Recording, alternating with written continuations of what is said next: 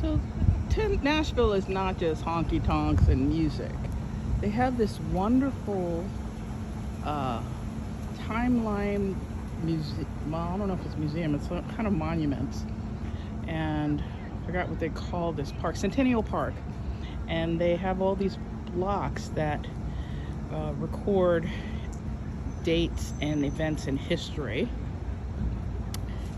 and it goes all the way down. And these monoliths here. So see, this one says 1856. This one is 1866. And then the next one is, I think, it go in 10-year blocks.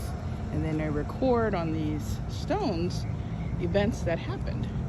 And you can take a look and see that it goes all the way down. This park has a lot of things going on. It also has a really cool farmers market, which I just came out of. It has a lot of food courts.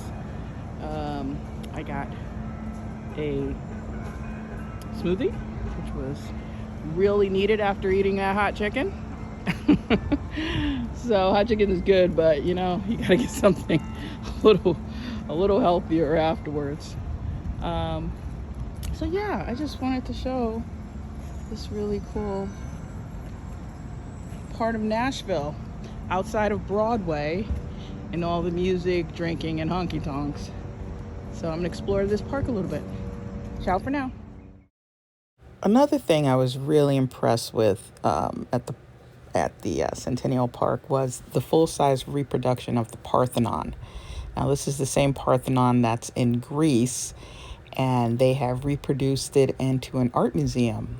It's really impressive and a must stop. It's also one of the stops on the bus tour, so this is a must.